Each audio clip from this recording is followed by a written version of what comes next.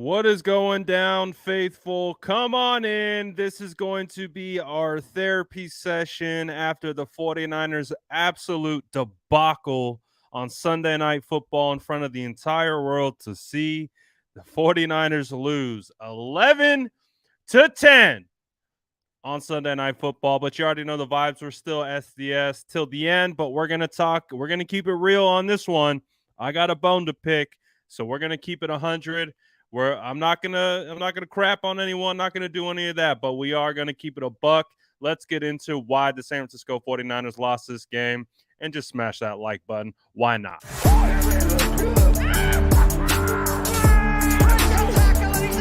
Smash that like button if you haven't already. Love to see it.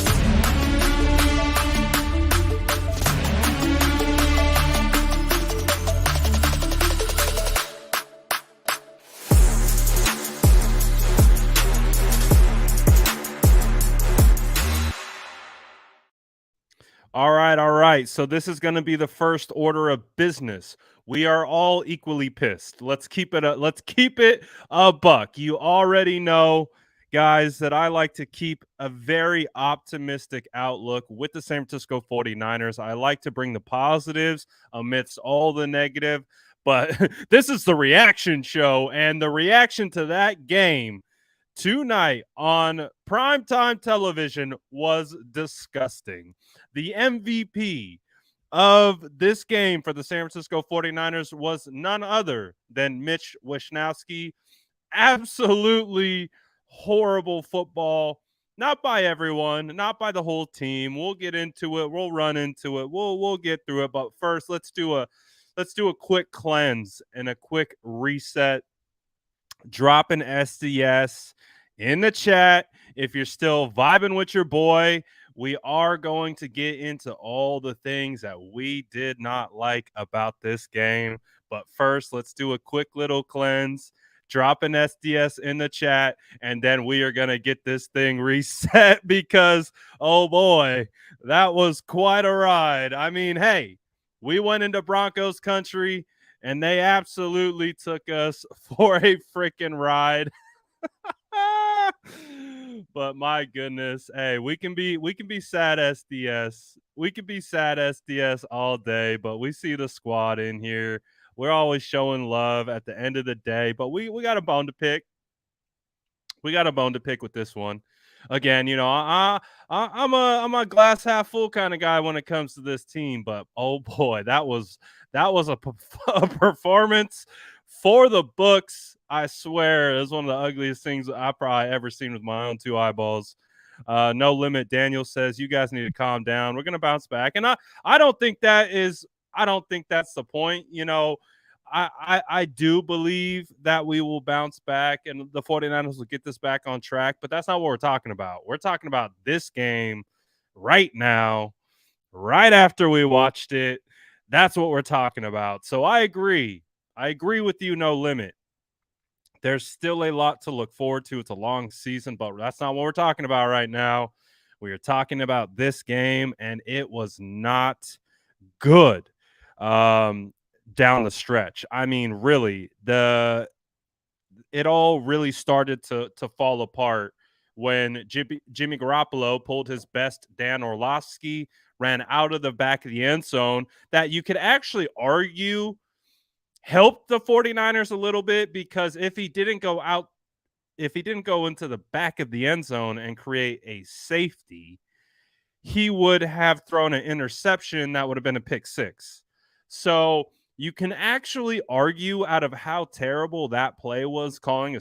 I mean, let's just start there, because I feel like that play perfectly embodies the offensive performance from this game. Before I go too deep down the rabbit hole, because I know we are upset with this performance was not on the defense. This loss does not fall onto the defense's shoulders.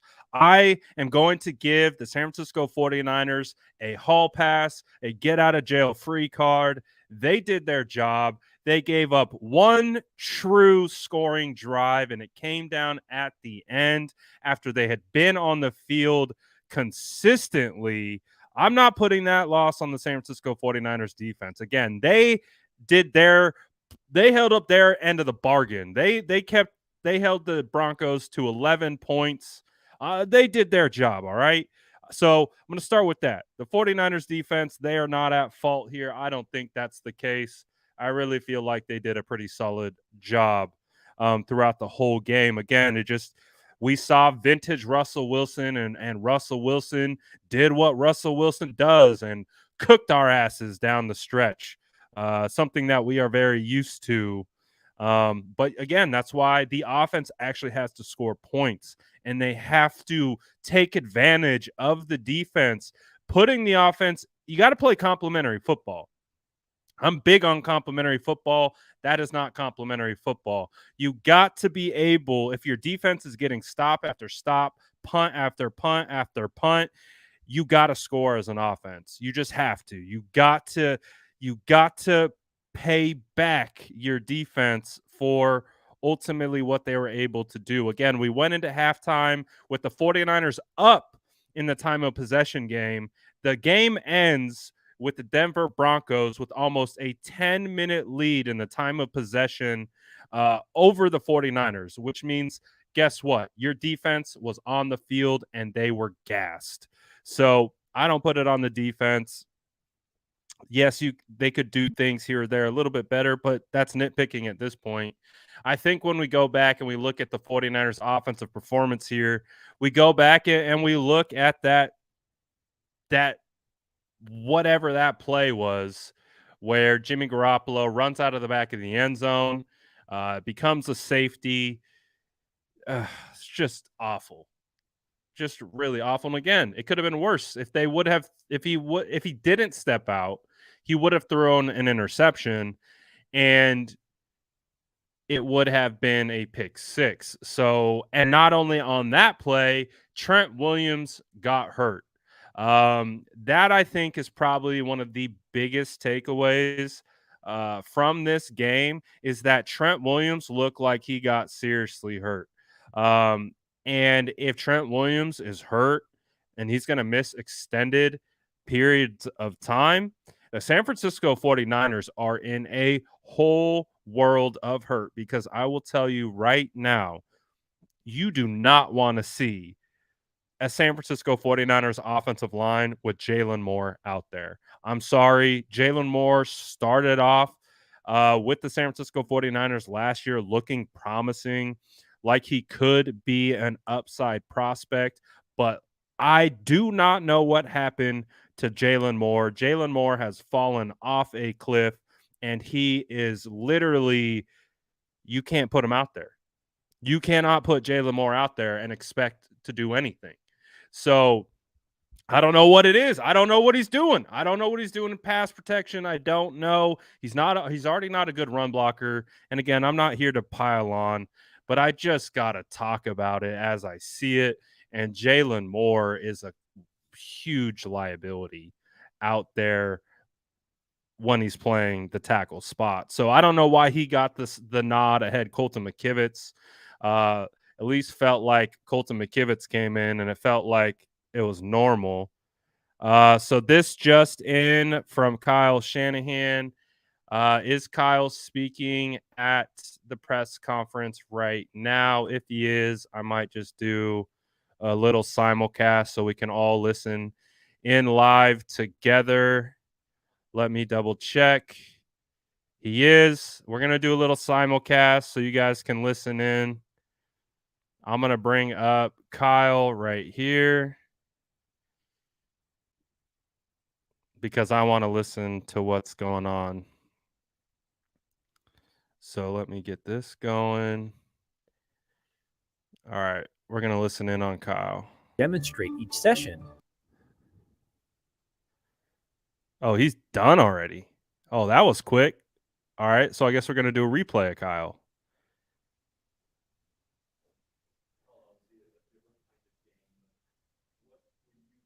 Let's do a quick little replay, Kyle. I'm going to get this post out, and then we'll get back to it. No, I wasn't trying to play as safe as possible. We were trying to get someone going. Felt like we had a lot of shots in the first half. Kind of went exactly how we wanted in terms of moving the ball, getting some big plays, but had a number of penalties that I thought hurt us in the first half, and then we didn't convert a third down. I believe we were 0-4. So I thought we should have a lot more points to show for what we did in the first half. In the second half, never got into a rhythm. When we did, we had that fumbled snap, got backed up, went into the safety, had another turnover, didn't get the run game quite going, and just never could really get in the rhythm in the second half that we had in the first. And when you don't convert a third down till, I think, that last drive, that's usually not a good recipe.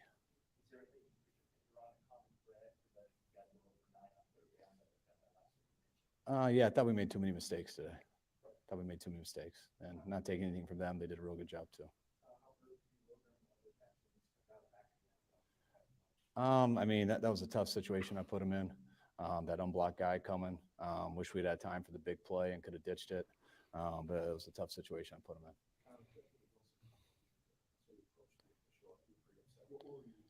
I just thought from where I was, which I'm not on the line, so I could be wrong. From where I was, I thought their 3 technique jumped a couple plays before that on the big sack that set us back. But that's what we all saw from where I was at. But I don't know how it was. I thought he played real well in the first half. I mean, I thought he made some plays, hit the ones that were there, and then made some that weren't there. In the second half, I don't think anyone on offense did good, including myself. I mean, we didn't really get into rhythm the whole time. Okay. Our defense Honesty. did a job keeping us in there. But, I'll take the honesty. We weren't able to get it going. Yeah, no one played good on offense in the second half. Just all the mistakes I thought the offense made, put them in a tough spot there with the safety, just not being able to get anything going. I mean, they said I was told it was a 50-50 decision. We're a little nervous of Russell making a big play on 3rd and long, maybe throwing it up, getting a PI and stuff, or getting a holding, getting an automatic first down or something like that. So we went with the 55-yarder. Next time in the second half, I switched and went the other way.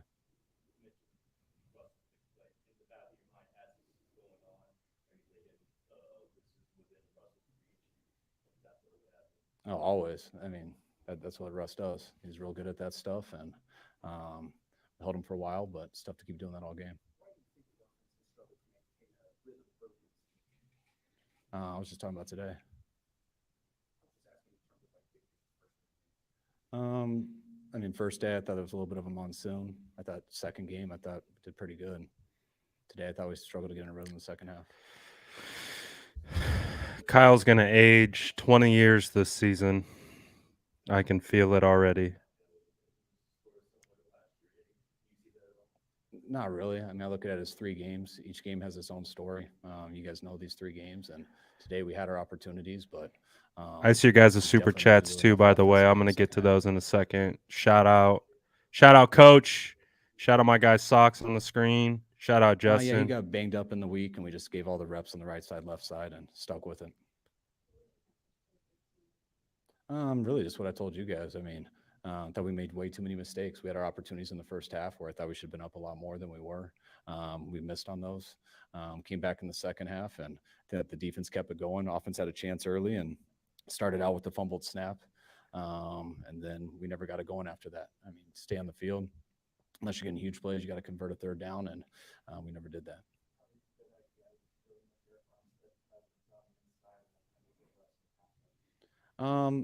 I'll see on the plane when I watch the tape. I mean, we held them to 11 points, so I mean, you always want the pass rush to do as good as it can, and when you're missing a player like Eric, I mean, that's never a good thing.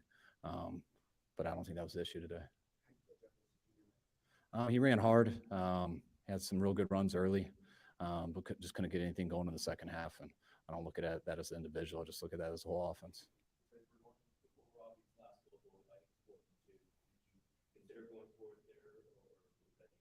No, it was a pretty quick, easy decision. You know, I thought we were short right away and sent the field goal team out there.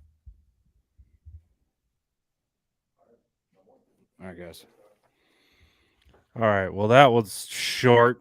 At least Kyle Shanahan admitted to how bad everyone really was in that second half. I mean, again, I'm a pretty optimistic person, especially when it comes to this team, but my gosh, they did not give us a whole lot to be optimistic to or about.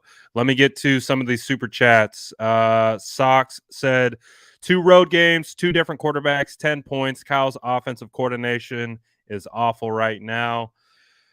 Kyle's not cooking right now. I think that's a fair assessment. Kyle's not really cooking. I can't put my finger on what exactly it is, but just not getting those same vibes that we're used to getting from Kyle. Feels a little just disjointed. Is Kyle missing Mike McDaniel that much? Maybe. I know Mike McDaniel is very important to what Kyle does, and maybe you look at what Mike McDaniel's 3-0 with Tua. Mike McDaniel's 3-0 with Tua, with the whole staff that was freaking on the 49ers. I tried to warn people losing Mike McDaniels was not a good thing. People, he's a nerd. It's fine. I don't think we want to lose Mike McDaniel, guys. The coach, my boy, thank you for the super chat, says that defense is pretty much the best we'll see all year. Still very disappointing showing offensively. That being said, 9-8, possibly 8-9. Jimmy Garoppolo killed us. Yeah, I mean, it's really hard. It's really hard to be optimistic here with how to move forward because, as you know, coach, you got to play complementary football. Your offense got to complement the defense. The defense got to complement the offense. Special teams got to complement both. Special teams did their job. Special teams did their job. Defense did their jobs. And just like Jason says right here, offense gave us nothing. They had one good drive. One good drive. That was it. They were able to get into field goal range. We were able to get a Robbie Gould kick. But really, when it comes down to it, we got one drive. It was a beautiful drive. I will say that. It was a chef's kiss of a drive. You got Debo involved. You got Ayuk involved. You got Kittle involved. You got Jeff Wilson runs. Like, that was a nice drive. But that was it. That was it. That was like the peak offensive performance of the day. Ever since then, we got nothing. We got nothing back. Justin says, appreciate you, Justin, with the super chat. Seemed like they abandoned the run game. Only one touch for Mason when he ran for 7 yards was criminal. I don't understand. We'll get Mikey says positive. We'll get to the positivity, I promise. We'll get to the positivity. But again, give Jordan Mason the ball a couple times, please. Like, just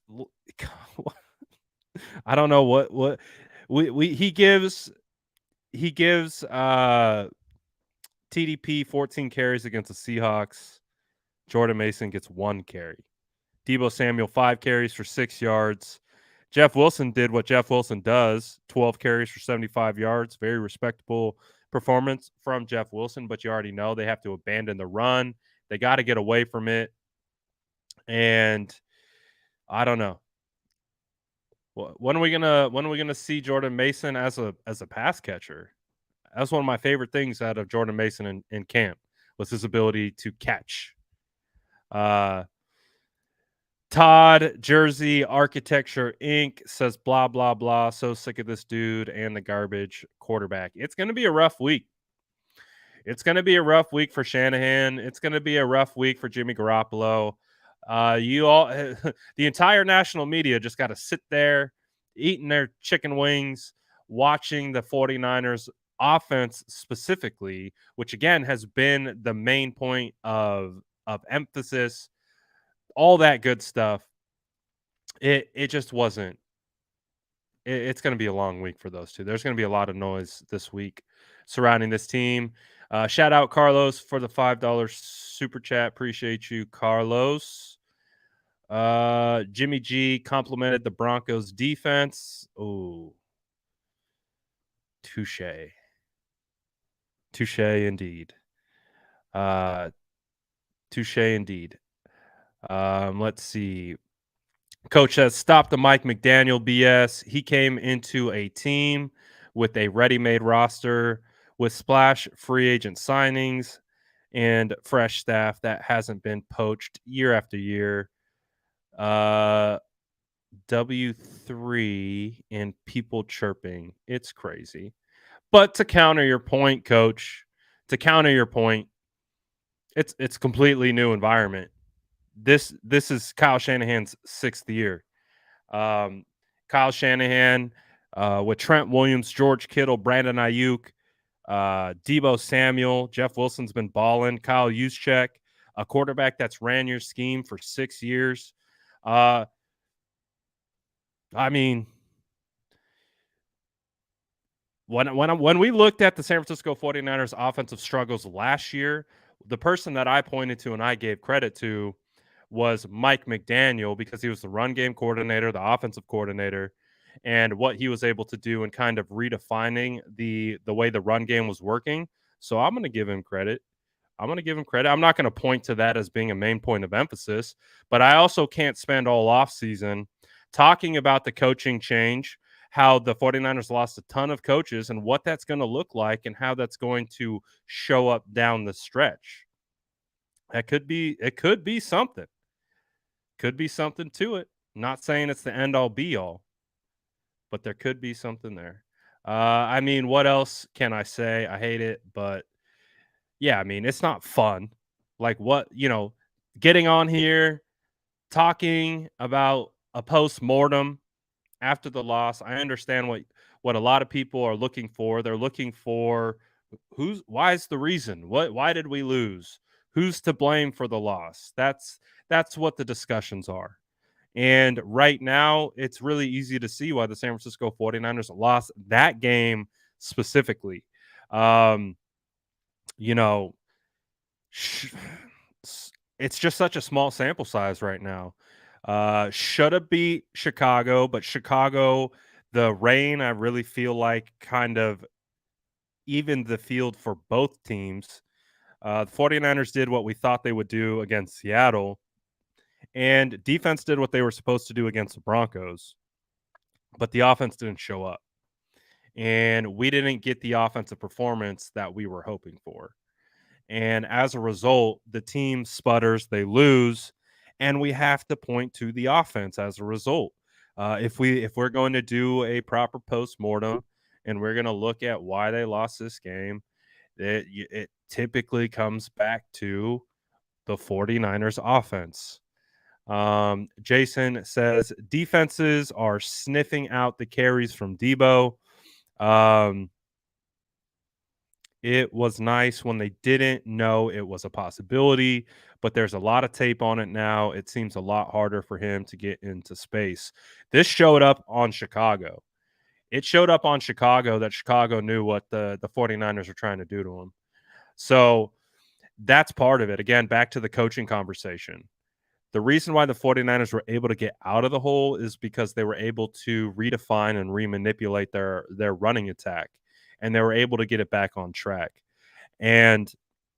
But I give a lot of that credit to Mike McDaniel as well. So how is this going to be corrected? It feels like a lot of the teams understand what the 49ers can and can't do, and they just play to those strengths and weaknesses. All right, hold on a second. We got Jimmy coming up.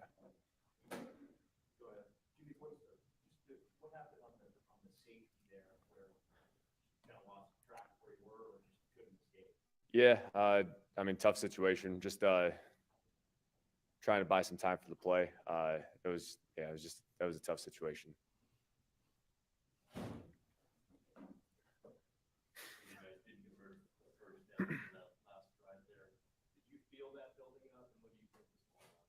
Yeah, I mean, it was just altogether just a sloppy day. I think we had really one clean drive, got points off of it, and other than that, the defense really kept us in that game. But just overall, just a sloppy day. I just thought altogether, yeah, we were just not in rhythm. We started off pretty good too. I felt like we were in a rhythm early, and then we kind of just got away from it, and I don't know, things didn't go our way.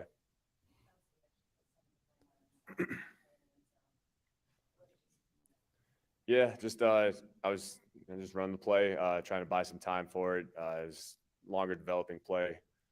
It's just a tough situation though. Just that whole thing.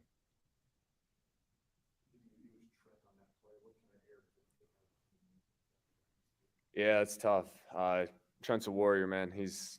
Hopefully he bounces back fast, but it's always tough when you lose a guy like that, especially just the leadership that he brings to this team, the poise and everything that he brings. It'll be tough to replace that, but we got to.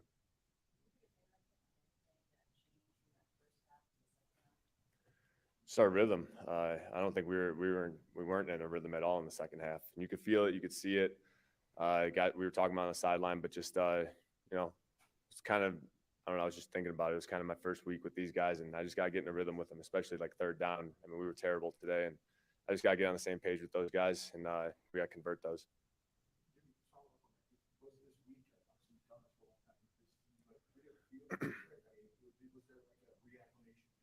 Oh yeah, my arm's feeling it right now. It's it's different.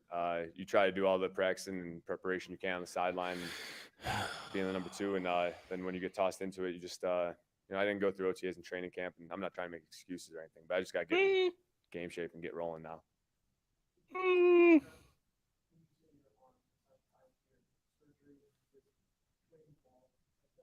No, I think it was just not going through training camp the same way as normally. I mean, it's a different routine than I've been used to in the past. No, don't do it, Jimmy. Just say you didn't do good. Just say you didn't do good, my guy. Just say it was a bad performance. I played like ass. Don't talk about these guys. We had a good rhythm last year. When you could see it on the field and you could feel it just on the sideline. I think. And we just gotta get back to that though, and we're capable of that, and we'll get there. We're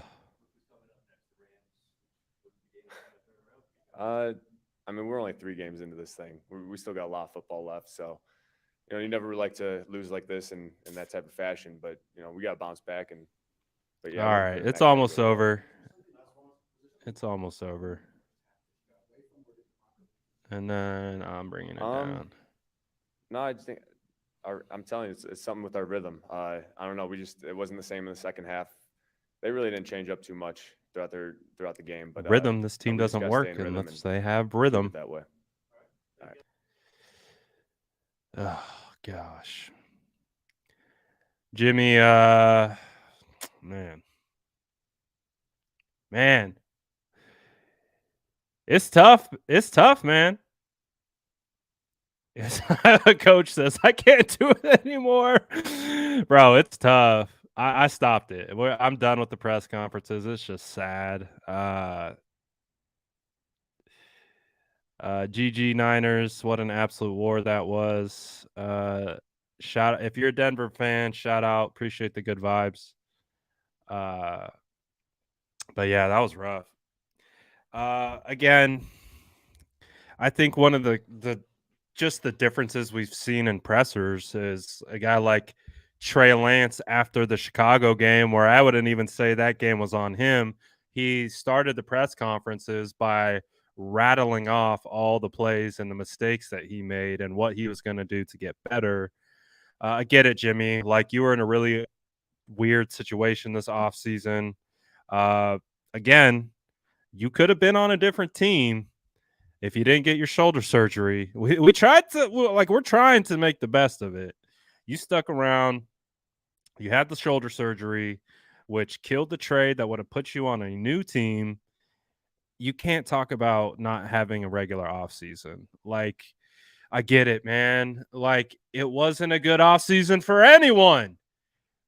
The fans, the team, the media, the constant back and forth. It wasn't good for anyone, man. But let's face it, it all started with you getting your shoulder surgery and killing your trade to a different team. Now you're back.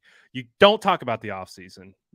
Like, I'm sorry. I'm trying to keep it together. I'm trying to keep it together and not go get this ginger beard all fired up right now. But don't talk about the offseason, Jimmy. Please don't. We had you signed, sealed, and delivered, ready to go on the first flight out.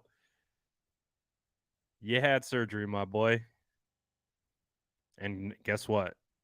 As a result, now you're back. So don't talk about the offseason, please.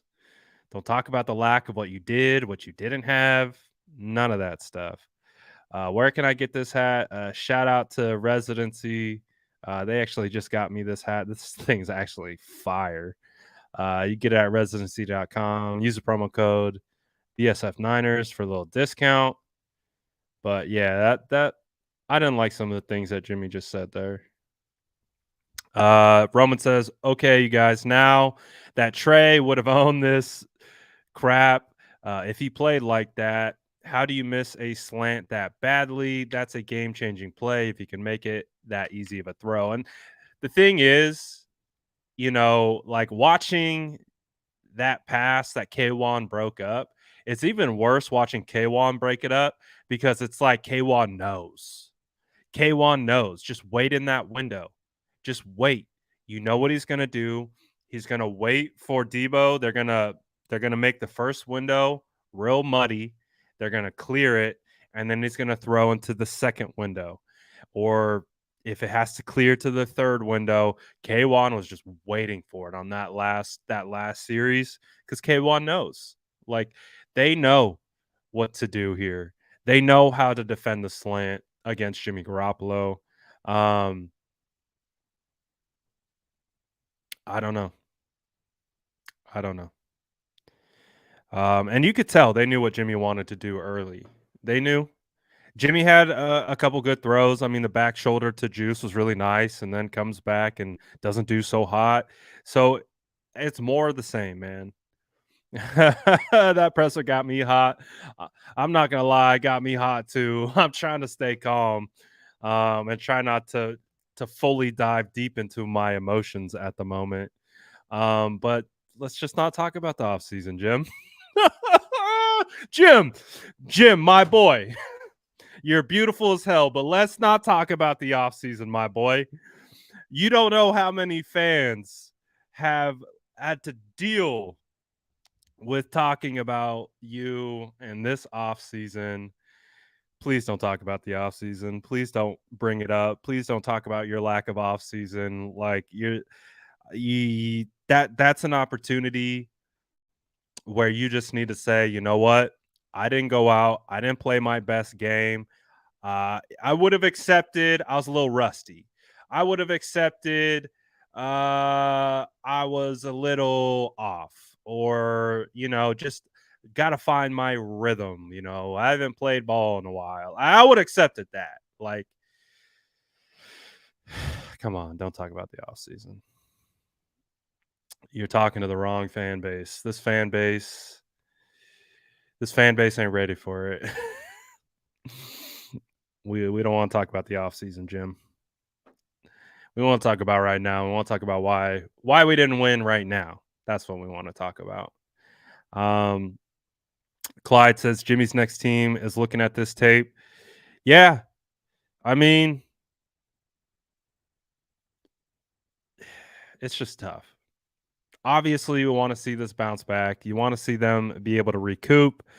Obviously, the interception was a killer. I'm trying not to put this all on one person because I think a lot of people could have done better. I think the whole offense as a whole could have done better. Jimmy Garoppolo lost a fumble, threw an interception. Jeff Wilson had a fumble, lost it. Ray McLeod had a fumble, but he got it back. But yeah, you can't have 3 turnovers. I think George Kittle said it. You can't have 3 turnovers and a safety and expect to win any game. And that's the problem, is that the 49ers had 3 turnovers and a safety and still could have won that game. They still could have won that game. That's the sad part, is that that's how good the 49ers defense was playing, how well the special teams was pinning Russell Wilson and his corny behind. Yeah, that's tough. Dub says running game is the main issue. Jeff Wilson does not fit that bill. We can't find a rhythm with him. Kyle play calls will be limited. I don't necessarily agree with that, Dub. I do appreciate the super chat. But I mean when Jeff Wilson rushes the football 12 times for 75 yards at 6.3 a clip, I will take that every day of the week. I don't think Jeff Wilson is necessarily the problem here. I think Jeff Wilson ran the ball well. He ran in regards to the running lanes that was given to him. I don't think that's necessarily the issue. I do think there's an issue with rhythm on the offense. If there's any issues that we ever come across with the San Francisco 49ers offense, it always comes back to rhythm. But 12 carries, 75 yards at 6.3. I don't think Jeff Wilson is necessarily too deserving of that. I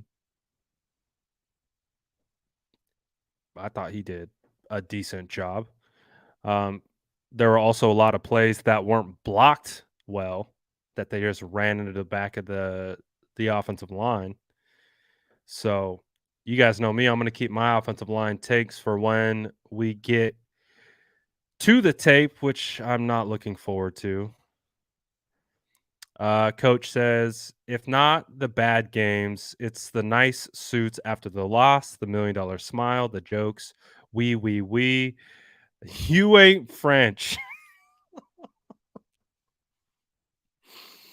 Oh boy. No self-awareness.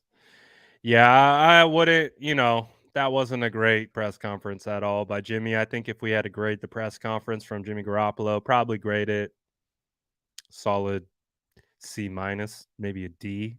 Wasn't a great presser from what we saw.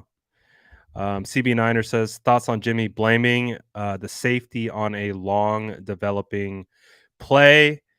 I think it's a combination. I mean, to run a screen out of your end zone where to Jimmy's somewhat defense, to somewhat of Jimmy's defense, you do have to go backwards. Like the play is designed because the offensive linemen aren't blocking. They're not blocking at all. They literally hold for a 1 count, 2 count, and then they leave.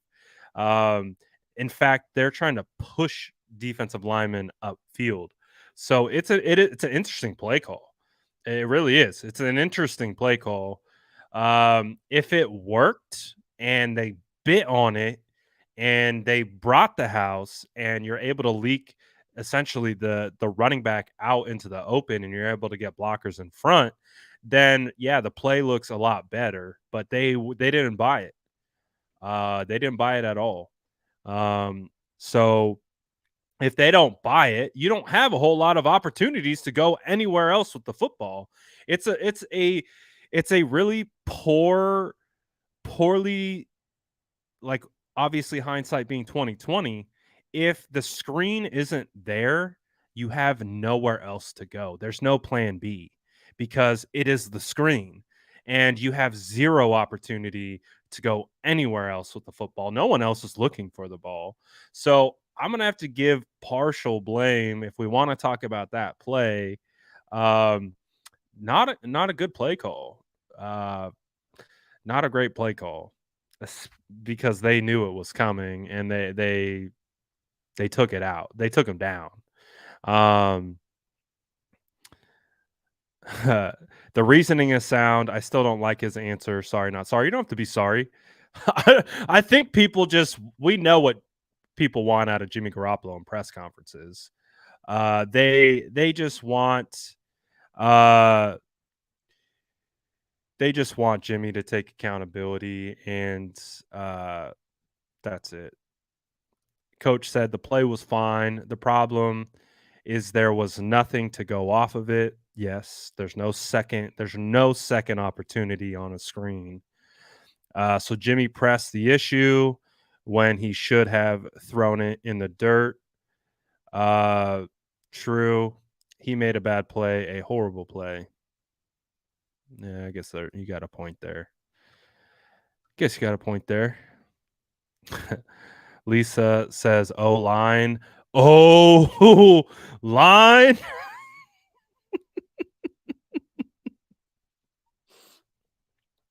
Chat's on point tonight, ladies and gentlemen.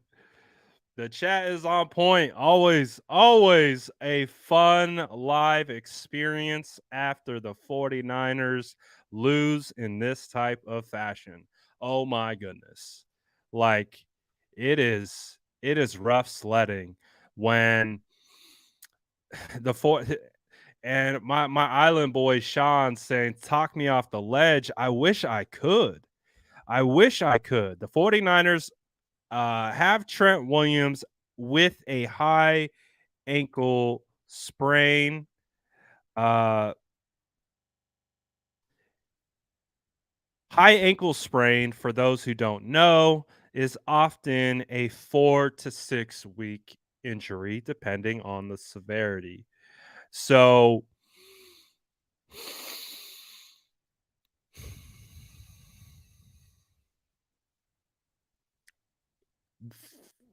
the one thing that we like didn't have to worry about was Trent Williams. And now the 49ers are going to potentially be going into the Rams game, the Panthers game, the Falcons game, the Chiefs game with likely Colton McKivitz at left tackle. I think Colton McKivitz is a lot better than Jalen Moore. I don't know why Jalen Moore got first crack. I found that to be very interesting. That they would put Jalen Moore out there. And if you would ask me, what we saw out of Jalen Moore would be 100% what I would have expected. Again, I had high hopes for Jalen when he started last year, but I don't know what happened to Jalen, man.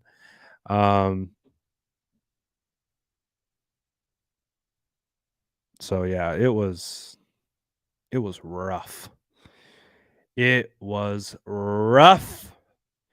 But I want to walk you off the ledge. I want to walk you off the ledge with the idea that the San Francisco 49ers still have Deebo Samuel, Brandon Ayuk, George Kittle. I thought Jeff Wilson played pretty well. They have good weapons still, but this offensive line is still trying to gel, which also doesn't help develop an offense as a whole, develop a rhythm. I kind of feel like now, like what I'm trying to make a analogy here.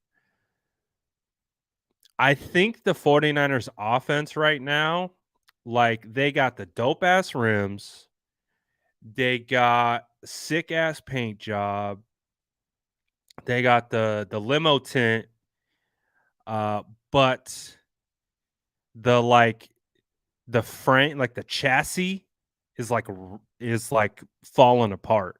It looks good like on the outside, like it's got all the bells and the whistles, it's got the like LCD dash that like pops out, like it looks like it's got like all the things, like rear view backup camera, like it's got all the bells and the whistles, but it's sitting on like a frame or a chassis that they found, and they're trying to put it together, and they're like trying to make they got to weld it up, and like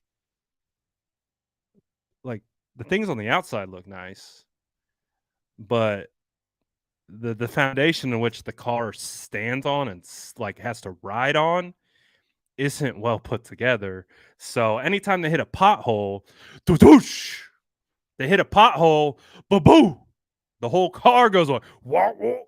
It like goes, and then you kind of gotta like rework it. You got to take the sledgehammer and gotta like whack, whack, gotta like hit it back into place. I mean, they got the bells and the whistles. You take a step back, they got the nice underglow underneath. It's like, ooh, is this Fast and Furious? This car's looking. Is this a 4 second zero? Like, is this one of these sick ass like what is this? But you pop the hood and you're like, oh, is that a Civic engine? What is that? I don't know. I don't know if that was a good analogy at all, but I don't know if that was a good analogy, but that's kind of what I think. Like on the outside, it looks good, right? On the outside, it looks good, but you kind of dive into like the more foundational things, and you realize it's not fully put together. Like, or if it is, it's kind of like there's like some duct tape kind of like keeping it on. Like, I don't know, man.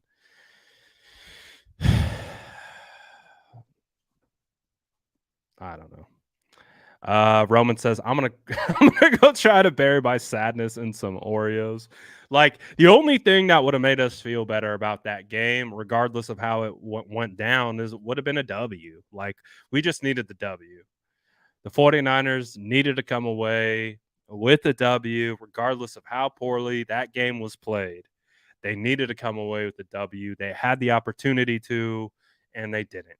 And unfortunately, it's going to be a hot topic uh, from this week and here on out. It's looking rough, man. It's looking rough. Uh, Especially, I think it's like insult to injury. Like you had the home crowd booing. You had the home crowd booing the Denver Broncos and their offense. And the 49ers couldn't beat that team. And I think that says more about the fan base than anything else. That the fact that the Denver Broncos were booing them. But I kind of have to believe if they were at Levi's, I don't know, would the faithful be booing the 49ers? I don't know, man. It's just it's a tough go right now. It's a tough go.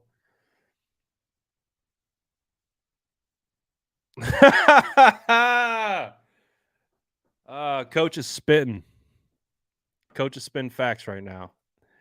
If Jordan Mason actually touched the football and was given opportunities, and we didn't have to watch that press conference from Jimmy Garoppolo, probably wouldn't be as bad of a mood. Yeah, I think they would have been booing. I think so too. He said, "Bro, I'm booing."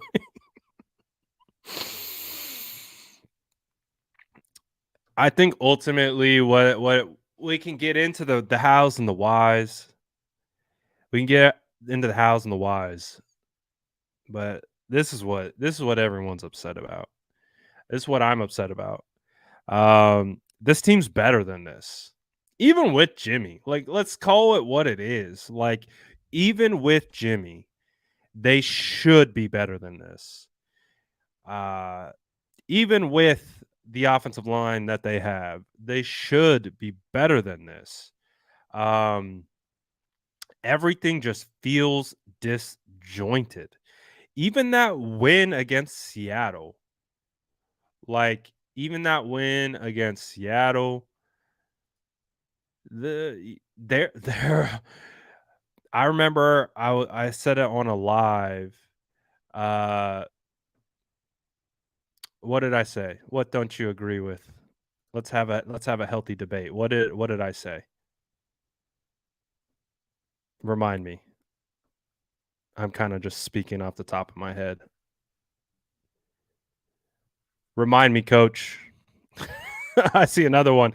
I disagree. What did I say?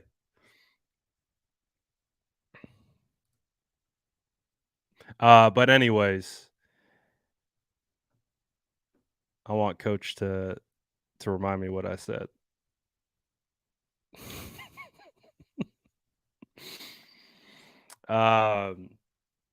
But I think what I was talking about when I was looking at this game against Seattle, and Jimmy Garoppolo coming in, there was a little bit of concerns that I had with the way Jimmy played. I brought it up in a live. People got mad at me because I said Jimmy was inaccurate down the stretch. But this is where we're at. This is where we are at. Question is, can Kyle fix the O? The D is fire. I do agree. I think the defense is fine. The defense is going to be able to get it done. The offense has to take care of the football. They cannot fumble. They cannot give points to the other team. Can't do any of that. They cannot do any of that. If they do, they're not going to have a shot. Not going to have a shot, unfortunately. Let's see here.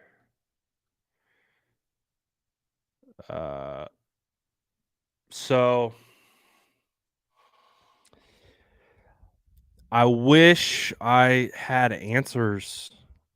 I wish I could be like, oh, it's just a step back, or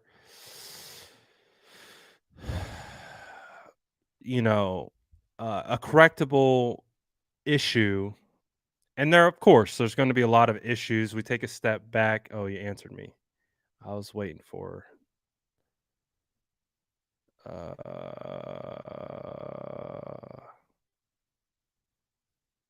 Why don't I? Oh.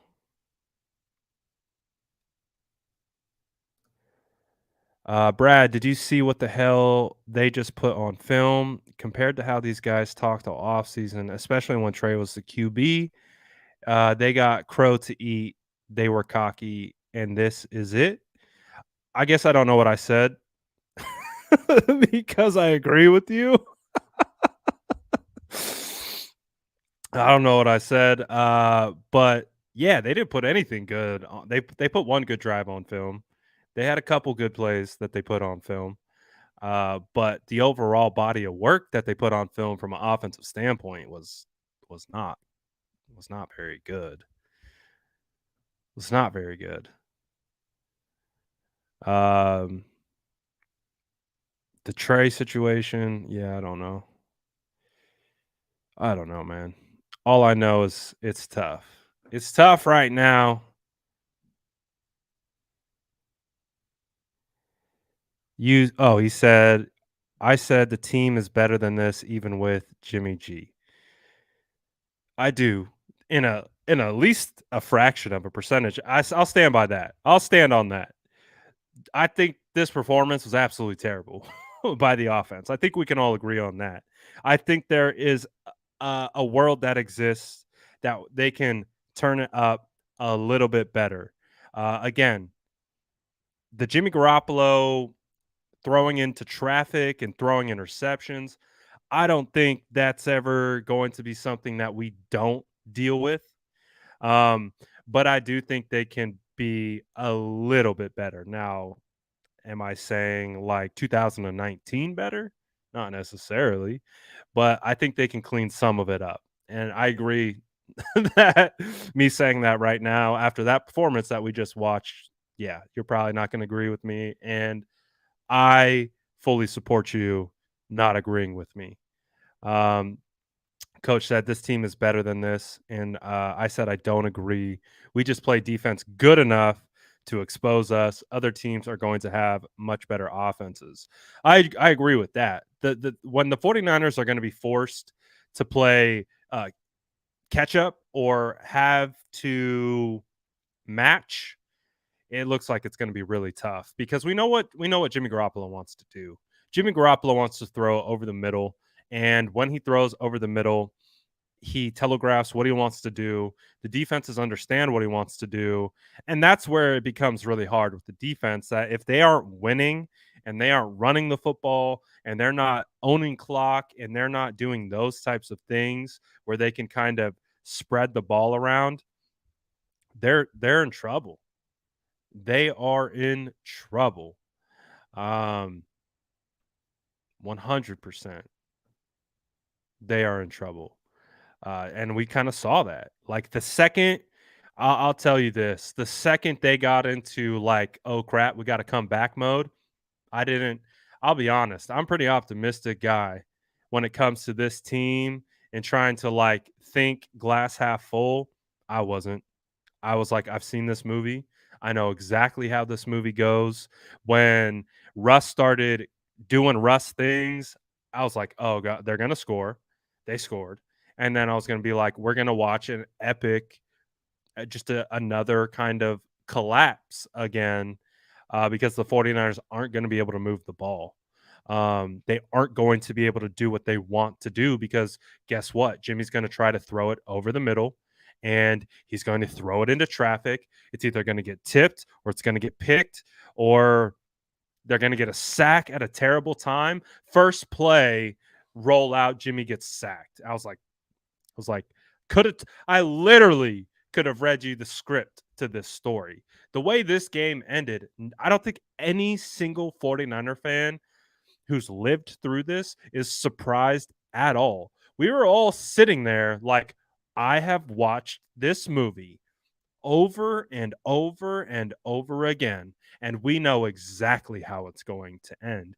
That's why the San Francisco 49ers have to get ahead early and maintain that lead. The problem with this team is they cannot maintain their leads. That is the issue because we know if it comes down to it and they have to try to claw their way back into it, at least as of late. I'm trying to go back to last year. I guess they clawed their way back into the Week 18 game against LA. They clawed their way back into that one. Trey Lance won Week 17 against the Texans. 49ers. You know what this game felt like? It felt like that Titans game. You remember that Titans game, Week 16, Thursday night football? Didn't this game have that same kind of feel to it? Like just straight like uppercut to the stomach vibes. Like Week 16 Titans, everyone's watching. Awful. Everything. Rhythm, running the football, passing the football, missed throws. Oh, it's like we just relived the Titans game. Except we got better special teams and defense in this game opposed to the Titans game. Same offense, though. Really the same offense. This disjointed performance proves Kyle and the front office prepared this team for trade this season. This was assembled for a mobile quarterback. We don't have enough to let Jimmy sit. Oh, yeah, 100%. Like,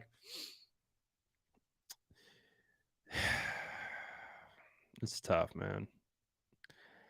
It's tough. I mean, I hear you, Coach. I feel like they could get it done if Jimmy Garoppolo wasn't Jimmy Garoppolo, which, again, you know what I'm saying. Like, Jimmy has his moments. He has his opportunities where he looks good. He can do it.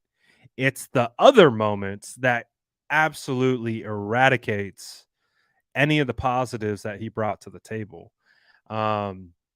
Because what we talk about is what is the true measure of greatness? What is the true measure of being good. It's being consistent. And right now, Jimmy is not consistent, and he hasn't been consistent for a long time. That's why I feel like we have heart attacks every week. That's why, you go back to week 14 against the Bengals. That game we shouldn't have won because uh, their safety Bates should have had a interception that hit him right in the stomach. So it's just tough, man. It's a tough situation.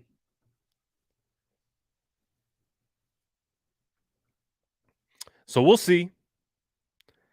All that being said, all that being vented out. Are you ready for this? After all that just we're doomed talk. San Francisco 49ers could still beat the Rams.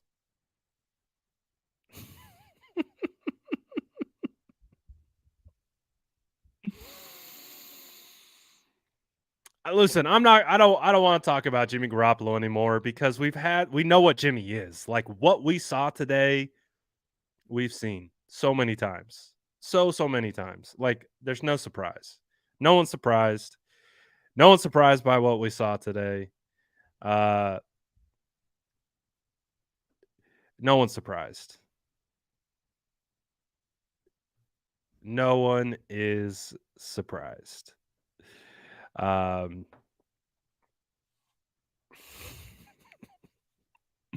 right, I'm gonna save all my optimistic talk for tomorrow.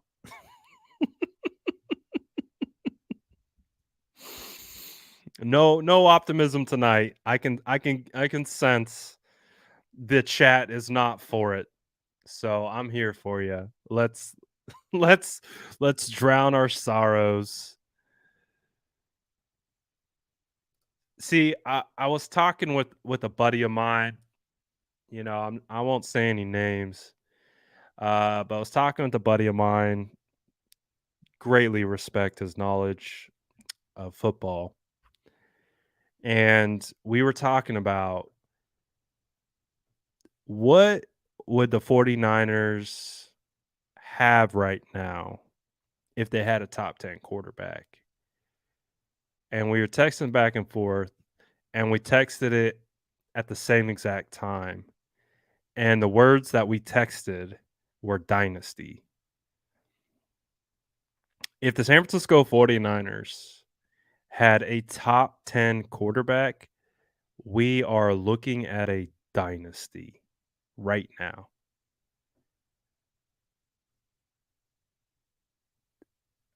Not to make it any worse. But to Roman's point, man, we just have a really hard time. We just have a really hard time finding the quarterback position. I don't know what it is. It all started back in 2017. The 49ers had two franchise quarterbacks staring them in the face. They opted not to go with either one. It really felt like, and again, hindsight being 2020, and all the things that have come along, really felt like Deshaun Watson should have been that pick.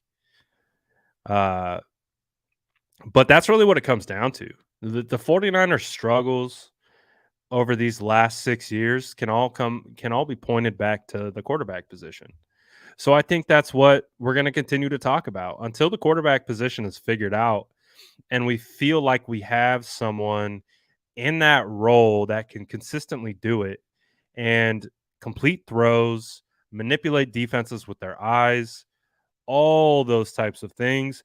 We're going to keep talking about it. That's the problem, is we're stuck in a quarterback purgatory.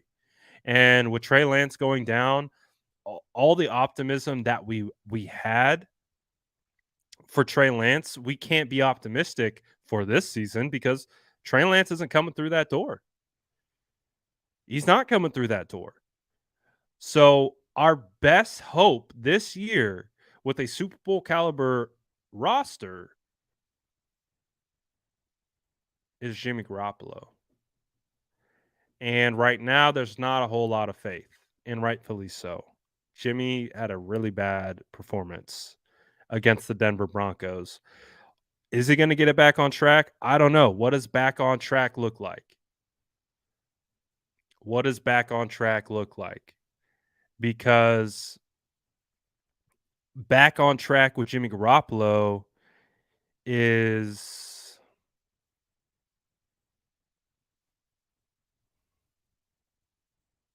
a little less inconsistent. So it's unfortunate.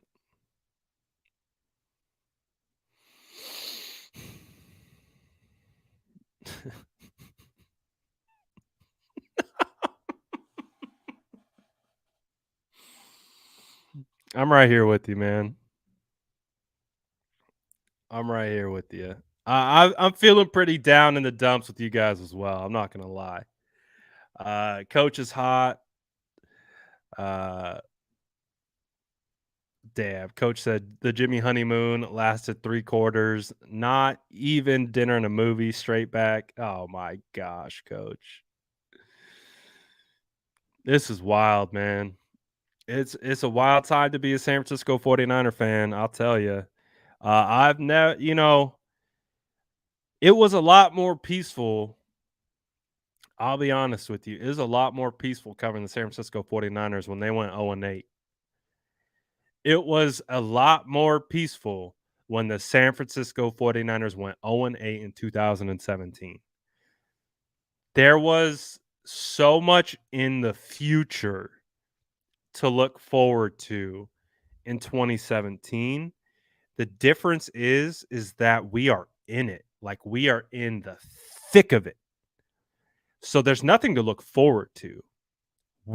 We are in the moment that we were looking forward to back in 2017 when the 49ers weren't winning, because we know, don't just be patient, just be patient. It will get here, it will come. They'll add more pieces, they'll get more talent, this, that, and the other thing. And I think one of the issues right now is that we're just kind of stuck in it right now. You know, Trey's out for the year. Our one glimmer of optimism for the year. Jimmy's back. We know what Jimmy is.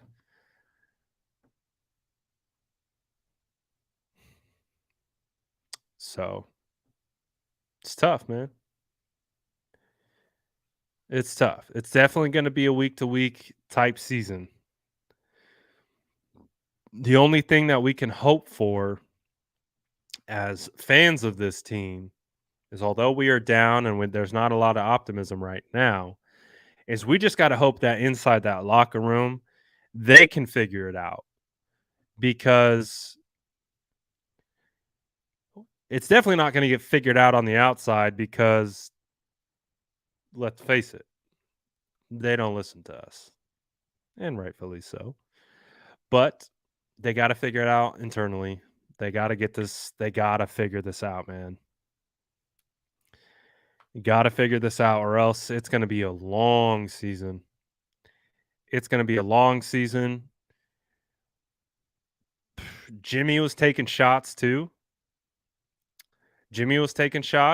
So, man, could we see Brock Purdy eventually? Sheesh. I don't want to go down that road. Don't want to be too doom and gloom right now. But again, when we take a step back, San Francisco 49ers just need to do a better job executing. They did not execute. Jimmy Garoppolo did not put the 49ers in a position to be successful down the stretch. Just wasn't good enough football. As simple as that. 49ers didn't scheme it up well enough. They called some really questionable plays and some questionable moments. Execution was not there. Offensive line started to fall apart at the end, especially once Trent Williams went down. Yeah, it was tough, man. It's just tough. So Juwan Jennings bobble. Yeah. So it's just bad. It's really what it comes down to. And I think that's the hardest part that, that we all have problems with is that this offense should be better than this, regardless of the circumstances, regardless of who's there, regardless of who's not there, who's hurt, who's out, who's in. The 49ers offense needs to be better than this. Led by Kyle Shanahan, offensive genius, as we call him. With 6 years in the books, a lot of these players are core players. They need to be better than this. They need to be better than this. Do they? Will they get it together? I don't know. But if today was any indication of what's in our future, then Super Bowl talk is definitely going to be quieted.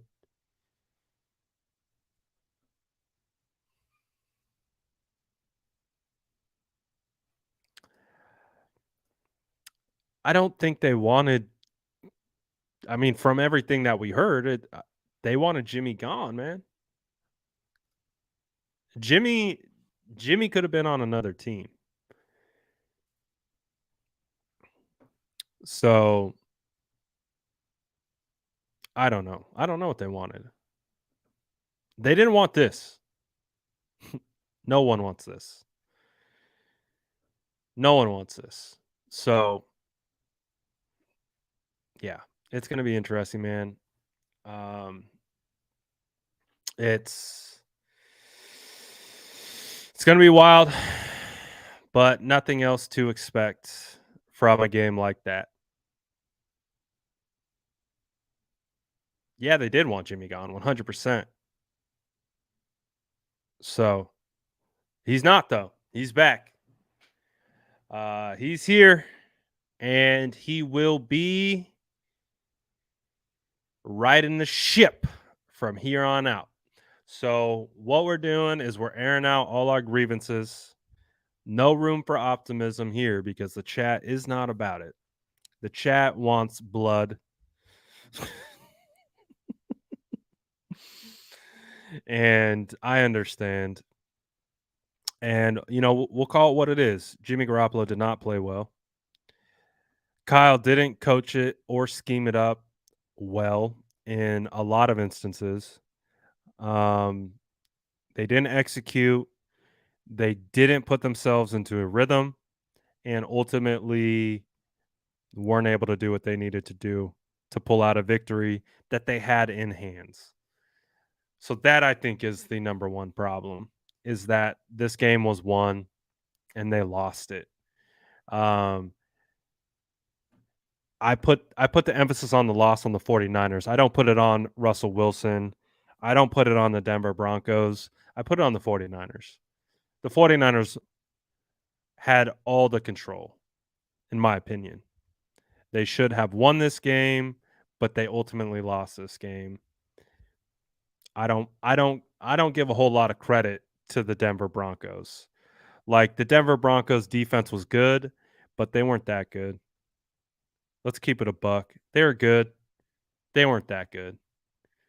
So I really do think the onus goes on to the 49ers. And they now have a long time to think about it with Monday night performance against the Rams. A lot is going to be made of this. A lot is going to be discussed about this. Yeah, we talk about this all the time. Jason knows. Jason knows this. The only way the 49ers lose is if they beat themselves. That's really it. They have, regardless, and I think that was my point of what I was talking about kind of earlier, where some of you guys disagreed with me, and I understand why you disagreed with me. But if this team plays their game, they can do a whole lot better. And if they played their game at least 85% of it tonight, maybe in 90%, they win this game. But they didn't. They didn't execute. They put themselves in bad position. They hand the momentum over to the other team late in the game. And that is what it comes down to.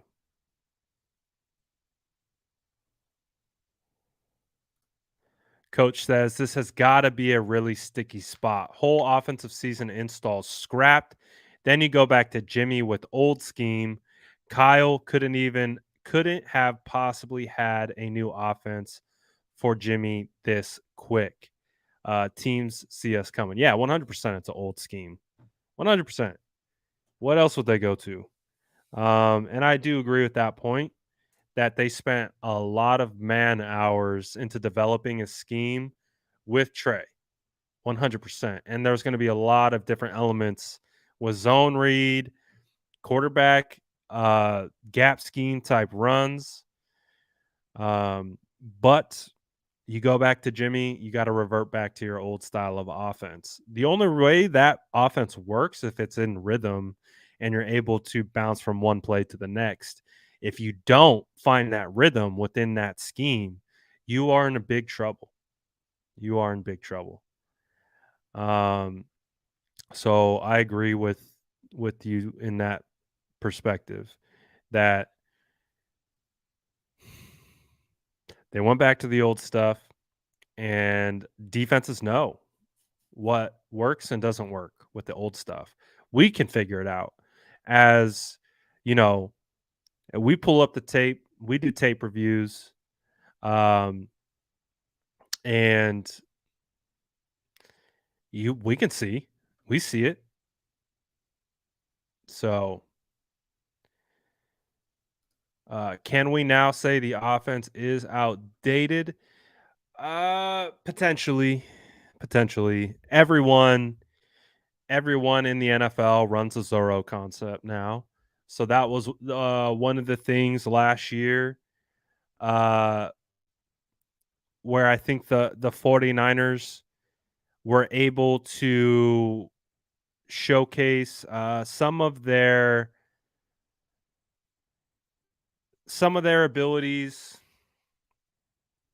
to kind of correct what they were doing, and it was really that Zorro concept. Everyone runs Zorro now. Every team in the NFL runs Zorro. That means every defense practices against Zorro now. That means defensive coordinators have answers for Zorro now. That is like the bread and butter of this 49ers running game is this Zorro concept where they're pulling tight ends, fullbacks, or halfbacks across the formation, and they do kind of the double on the edge. Everyone runs that. Everyone knows it. So it's not new anymore. It's not a new wrinkle. It's just not. So is it outdated? Maybe.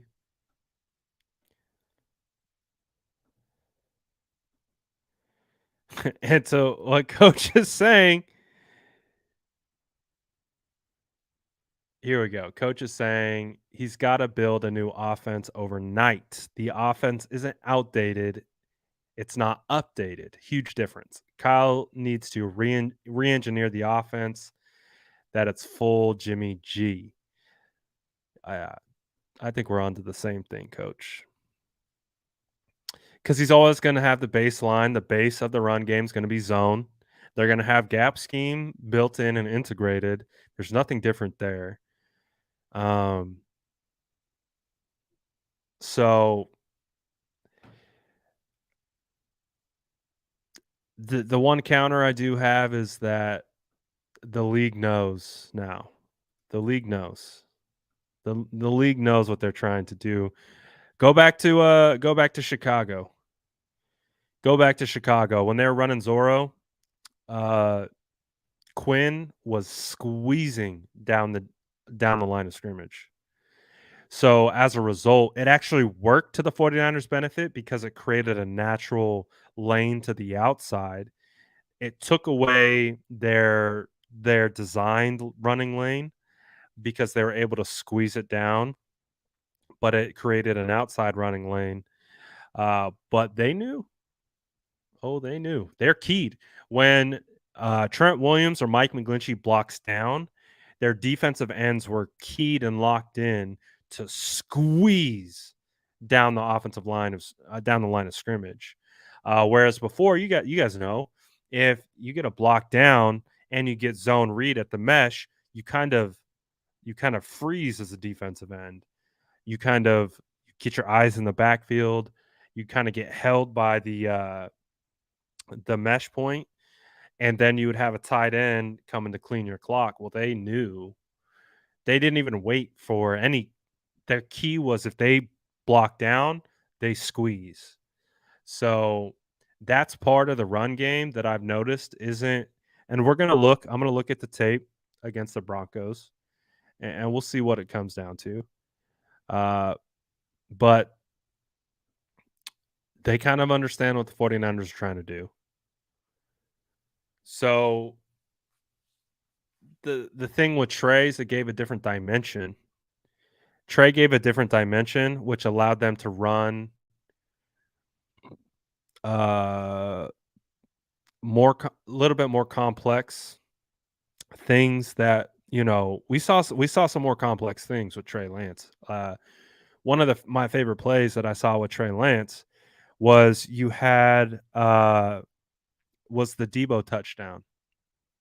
If you guys remember the Debo touchdown against Chicago, where he was rushing it, it was actually a wide receiver. It was designed to be a wide receiver screen to Brandon Ayuk to the left, or I think it was a run pass option with a zone read where Trey has the opportunity to throw to Ayuk for the screen or hand off to Debo to the right. So it had multiple dimensions built in off of Trey Lance's ability and threat to run.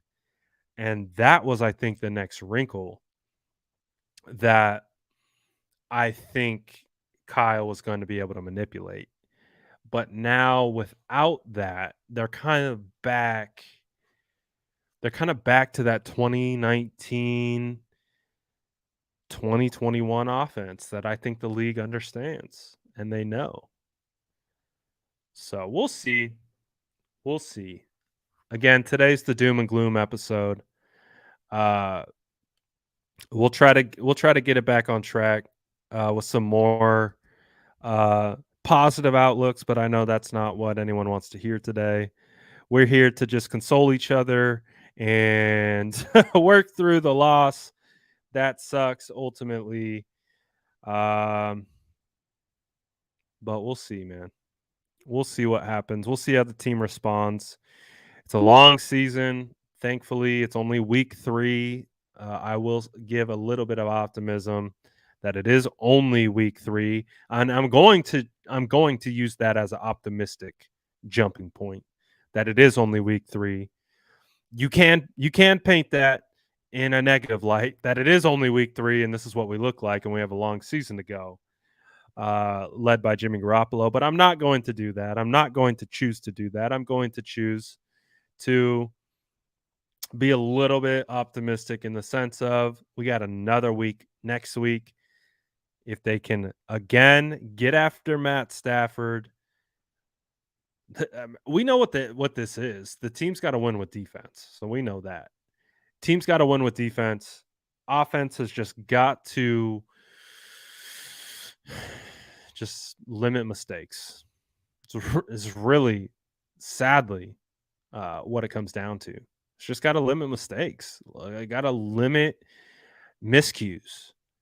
If they can do that, they can win games. But you got to clean it up. And how they performed this week against Denver gives no one any faith. But again, we'll see. We'll see how it goes. Luke says, we look better next week, but LT is hurting. Yeah. I think they'll be able to at least clean it up a little bit. But not having Trent Williams is definitely going to hurt for sure. The Jedi says, who has to clean it up? Let's name names. Okay, I got you. I got you right here. Who's going to have to clean it up? Number 1, Jimmy Garoppolo. Jimmy Garoppolo has to clean it up. Number 2, Kyle Shanahan. Kyle Shanahan, as the offensive play caller, as the offensive coordinator, he's got to clean it up as well. I think it really comes down to those two. That's it. We know what the offensive line is. We know what they're up against. We know that they are a unit that's trying to gel. They have a lot of unproven players on there. Now they have an injury to their all-world tackle. The people that have to clean it up are your adults in the room. Right now, the adults in the room are Kyle Shanahan and Jimmy Garoppolo. They got to clean it up. They need to figure it out. Mike McGlinchey, yeah, I think Mike had a rougher game. I don't think he had his best game, but I also want to take a look at the tape first. I know he had a couple bad plays. But that's who's got to clean it up. You got to look at Kyle, you got to look at Jimmy. Those are the two. And see, that's the problem when I think it really all comes down to it is we're trying to ask, and I'm going to end it on this, and then we'll go our separate ways. We'll cool off. We'll come back. We'll regroup tomorrow, see how we feel. But I'm going to end it on this. Right now, the fate of this Super Bowl caliber roster is being held together by a head coach and a quarterback in which he fired. So the we are on a very delicate thread right now in regards to the human element of football, in regards to like the schematic things of football. That's really what it comes down to. This team right now will be defined by the success that Kyle Shanahan and Jimmy Garoppolo have together. Out of anyone on this team, out of any issue that we saw against the Denver Broncos, those are the two people that need to sit in a room and they need to figure it out. Because, again, Kyle, just like Steve Young said, Kyle fired Jimmy. Okay. Have you ever been fired before? Have you ever then had that same person who fired you put you in a corner to be like, hey, man, now it's on you. Now it's on you to get the job done. There's a dynamic there that needs to be figured out. It's on Kyle. It's on Jimmy. Those two need to sit in a freaking room and figure out how to get this thing done. If they can figure it out, if they can hash it out, and they can somehow work together, collaborate, come up with a scheme that works for Kyle, that works for Jimmy, they figure it out, there is hope. But that's the thread that this lies on. That is the thread. The thread that ties Kyle Shanahan to Jimmy Garoppolo.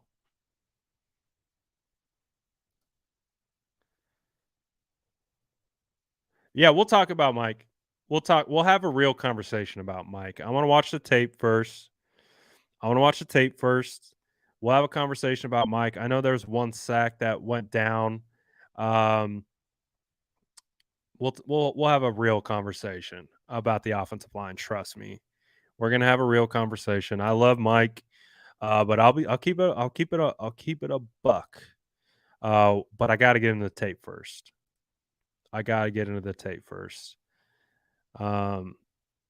So we'll see. They always say, I'll end you with this. I'll leave you with this.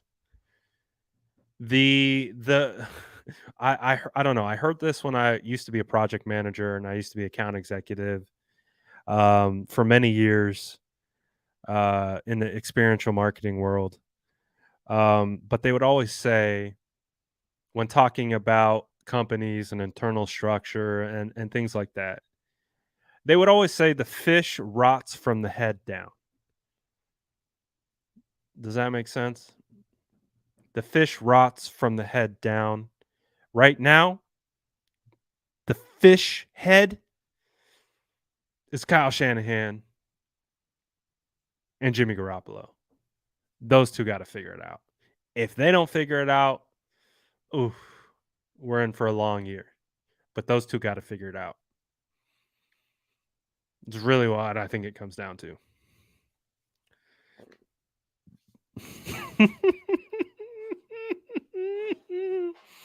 My day two boy, you know what we're up against.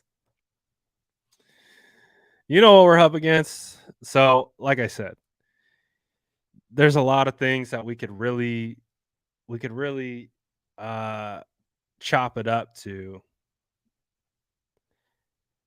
But the fish rots from the head down. Oh God. Jason, save me, my boy. I'm about to head out. I can't deal with this anymore. State of the franchise is gonna be legendary. I'm out here trying to talk myself through from jumping off a ledge here, Jason. But it's been a wild ride, my guy. I definitely looking forward to talking with the Ponte. I mean, do you want to talk? Yeah. My door's open. I was about to head out, but we want some spicy Aponte. The door's open, my boy. I wouldn't mind hearing your take. I've given enough takes. I've given enough takes, man. Let's do like 10 minutes or something like that. Oh, wait a second. Oh shit. Hold on a second. All right, we could do like 5 to 10 minutes. I'm gonna be going on Cron 4 at 10:30. No, we got like 5 minutes. We'll do like 5 minutes. Let me send you the link. But we got 5 minutes. Let's do like a quick. How's Aponte feeling? But I do want to talk to my boy, so let's get him on. I sent you the link.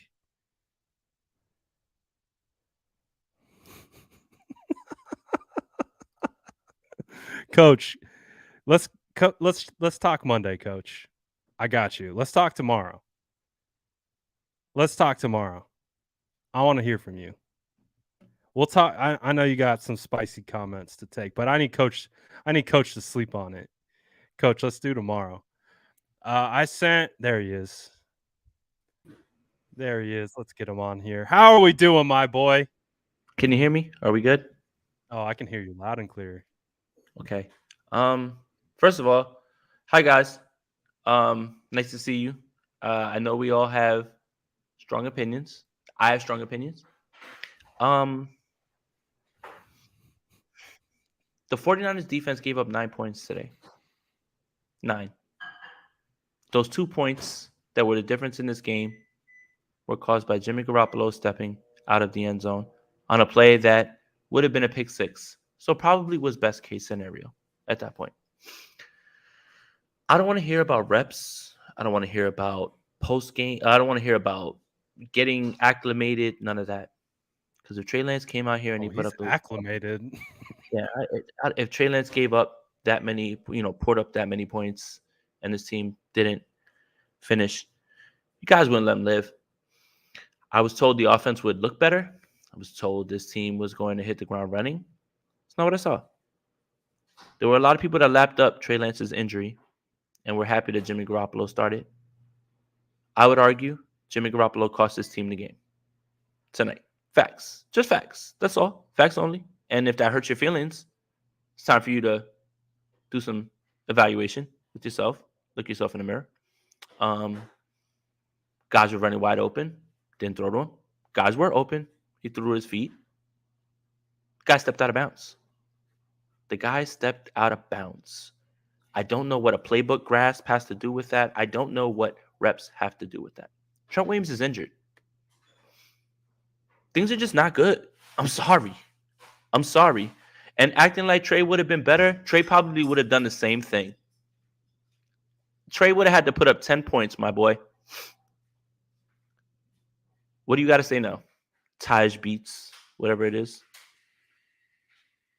Look, if you call yourself objective, and I don't want to come on here and rant, Brad. It's good to see you, buddy. And I want you to go crush your spot and everything over there as well. If you call yourself objective, being able to look things down the middle, and you can't look at yourself at the end of this game and say, Jimmy Garoppolo played terribly, and his team shouldn't have lost this game, and you have blame for other people other than the quarterback that you just this past week was praising, I can't help you. Nobody can help you at this point. I don't know. And you know what's the worst part, Brad? This is the worst part. Jimmy is who he is. This is Jimmy. And when I told you guys not to discuss this any further about what Jimmy is and what Jimmy isn't, if I could encapsulate a Jimmy Garoppolo, the only way this was a bigger Jimmy Garoppolo game would have been if Jimmy Garoppolo would have finished this with a field goal to win the game. Then it would have been the quintessential Jimmy Garoppolo game. You're on mute. You're on mute. If we actually got the W, we could cite QB wins. Right.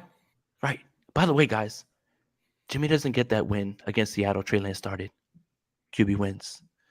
But that's my thing, is you watched everything, right? You watched all of this, and yet for the person that you prop up and you push on us while being completely irrational to other things, now you have excuses. But it was never, oh, it was Trey's third start. Oh, it was raining a ton.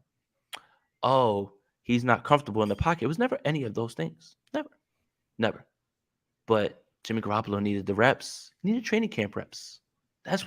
So I just, guys, can we please start to get to some sort of balance when it comes to this? Please. Look, this is the worst part. This is who he is. You know what's funny, Brad? This is the perfect setup for the 49ers to go in and whip the Rams' ass next week. And Jimmy Garoppolo get all the love come right back around. It's an endless cycle. It's an endless cycle, Brad.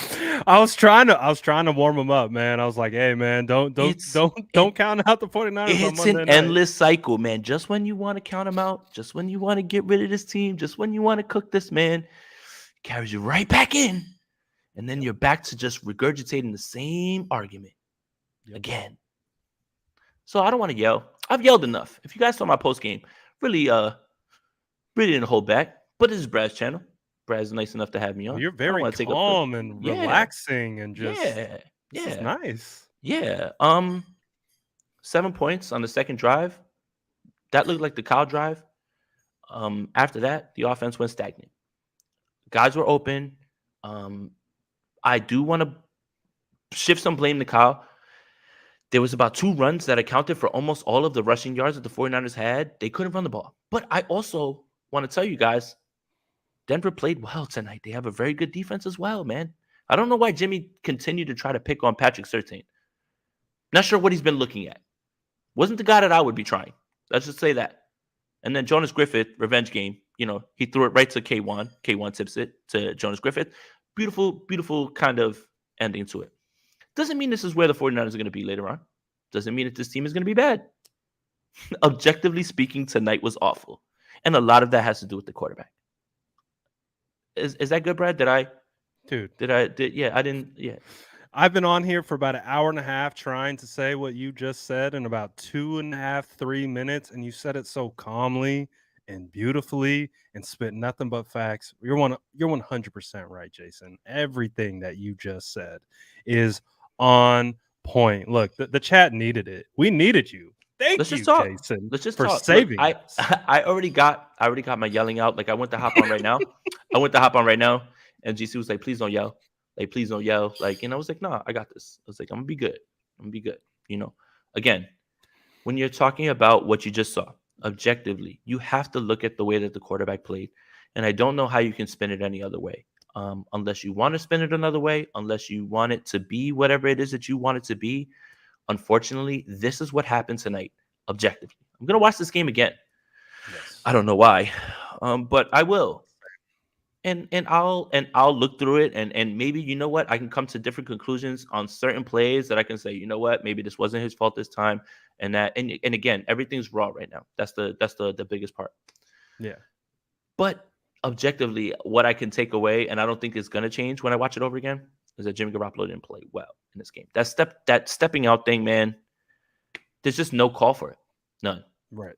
None, man. Like that has nothing to do with playbook. That has nothing to do with game shape. That has nothing to do with reps. The end zone is the end zone. The same amount of space, whether you've played the entire training camp or you haven't, it doesn't change. It is the same amount of yards. You have to be aware of where you are on the field.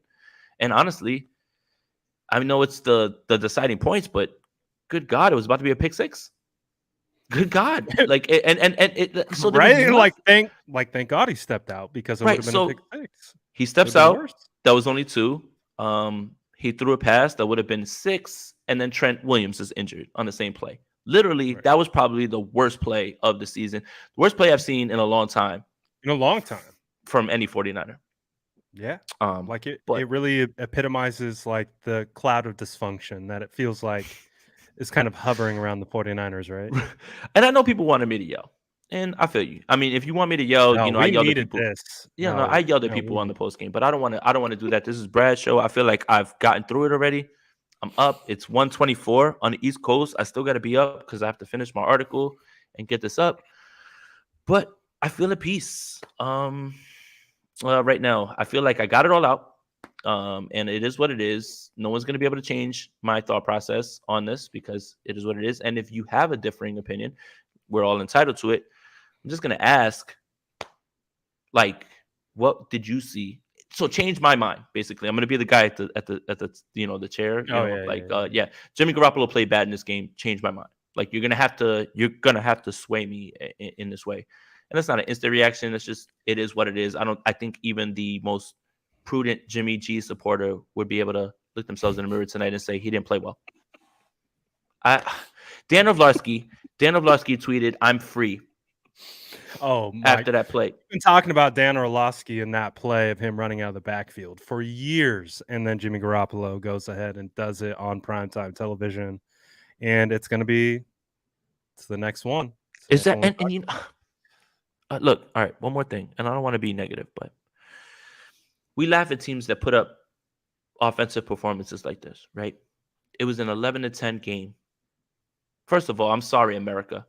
If you weren't a 49er fan, I'm sorry to you, Jason, that you got to see a Mitch Wishnowsky masterclass. I mean, hey, look, extension, way to go, buddy. Looking good, man. I'll shut my mouth on that. I mean, but usually, and this has always been my point about punters, if the punter is the best player in your game, it usually doesn't go well. It's usually not what you're looking for.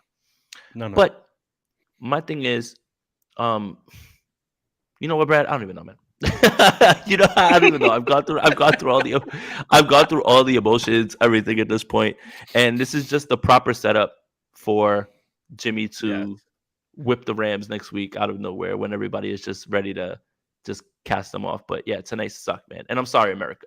Oh, here's what I was gonna say. If the Giants played the Jets and this was the score, man, we'd be lapping it up with memes, laughing. Oh, Why should we be exempt of those things at this point? Your team happened to put up one of those. And let me also say one more thing. If you want me to get spicy real quick, Russell Wilson stinks. By the way, he did not play good at all. Stinks.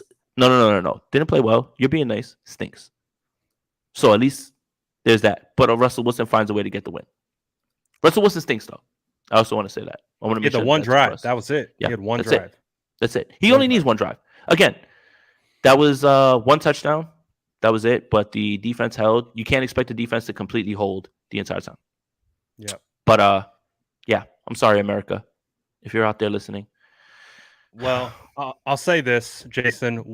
This chat needed you. So I am very, very happy that we got to get you in and you got to talk to us, not in your spicy Aponte voice, but your therapy Aponte voice to kind of calm us down, be the voice of reason, because we're out here spinning our wheels, but you did such a great job of just refining all the noise and just saying it like it is. And I don't think anything that you said can be argued with. Again, if you're arguing with it, it's what are we talking about at this point? It is what it is with this game. Jimmy Garoppolo is not good, and it starts there, and it starts with Kyle as well. Those two got to find a way to work together. But ultimately, right now, wasn't what they needed to do to win this game against the Denver Broncos. And unfortunately, we got the game that we got, and wasn't the best. But I do have to run. Go. Typically, Absolutely we could actually probably stay on all night talking about this, but I do have an appointment to get to at 10:30 Get to at it. night. Yes, that is true. So thank you to everyone for tapping in. Shout out to Aponte for hopping on. Make sure you shoot my guy a sub if you haven't already. We're going to be talking on Wednesday to do a full post-mortem, have some time to sleep on it, get into the tape, do all that good stuff. And then it's on to the Rams. Another primetime game on Monday Night Football, Jason. Oh, boy. And perfect setup. yeah, and if you guys want more of this ginger beard, I'll be on Cron 4 in literally 1 minute. So I'll see you guys then, but I got to go. No outro today. We're outie.